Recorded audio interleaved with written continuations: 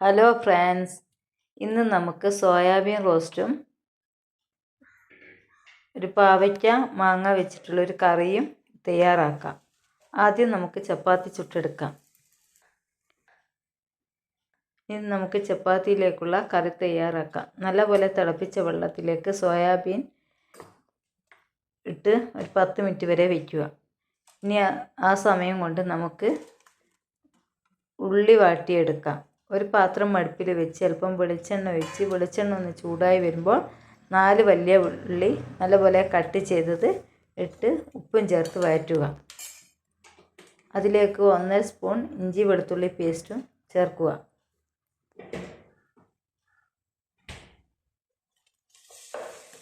എല്ലാം കൂടെ നല്ലപോലെ ഇളക്കുക.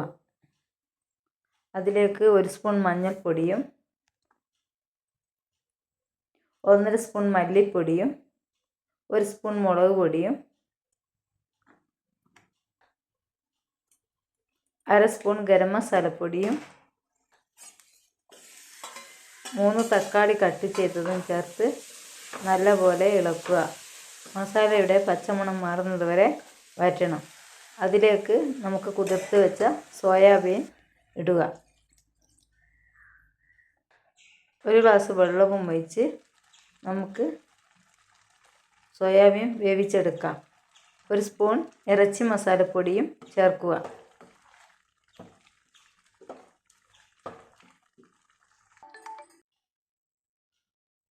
എല്ലാം കൂടെ വെന്തൊന്ന് കുറുകി വരുമ്പോൾ അതിലേക്ക് മല്ലിയിലയും കറിവേപ്പിലയും ചേർത്ത് ഇറക്കി വയ്ക്കാം. Soyabean roast ready. ഇനി നമുക്ക് പാവയ്ക്കയും പച്ചമാങ്ങയും ചേർത്തൊരു കറി ഉണ്ടാക്കാം. ആദ്യം ഒരു പാത്രം അടുപ്പിൽ വെച്ച് അതിലേക്ക് 2 സ്പൂൺ വെളിച്ചെണ്ണ ഒഴിക്കുക.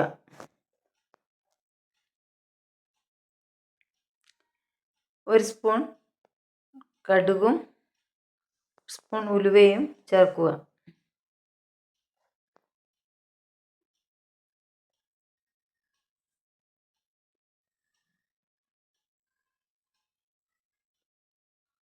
രണ്ടും കൂടെ നല്ലപോലെ ഒന്ന് പൊട്ടി വരുമ്പോൾ അതിലേക്ക് വെളുത്തുള്ളി ഇടുക.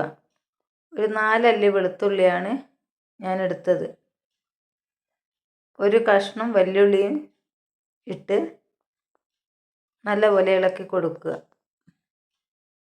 2 പച്ചമുളകും ചേർത്തിട്ടുണ്ട്.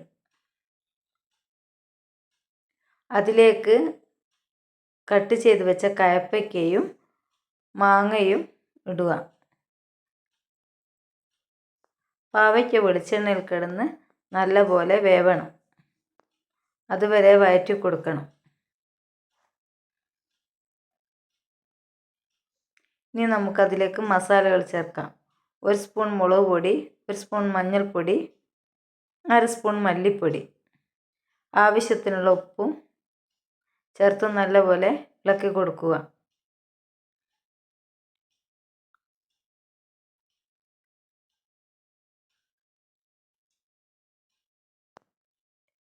ഇനി നമുക്ക് അല്പം വെള്ളവും ഒഴിച്ച് പാവയ്ക്കയും മാങ്ങയും വേവിക്കാൻ വയ്ക്കാം. അരച്ച് വെച്ച തേങ്ങ വെന്ത് കഴിയുമ്പോൾ അതിലേക്ക് ഒഴിക്കുക. തേങ്ങയും എല്ലാം കൂടി നല്ലപോലെ ഇളക്കി കൊടുക്കുക. വളരെ ടേസ്റ്റിയായ പാവയ്ക്കയും മാങ്ങയുള്ള കറി റെഡി. എല്ലാവരും ഒന്ന് ട്രൈ ചെയ്ത് നോക്കണേ. എൻ്റെ ചാനൽ സബ് ചെയ്യാൻ മറക്കരുതേ.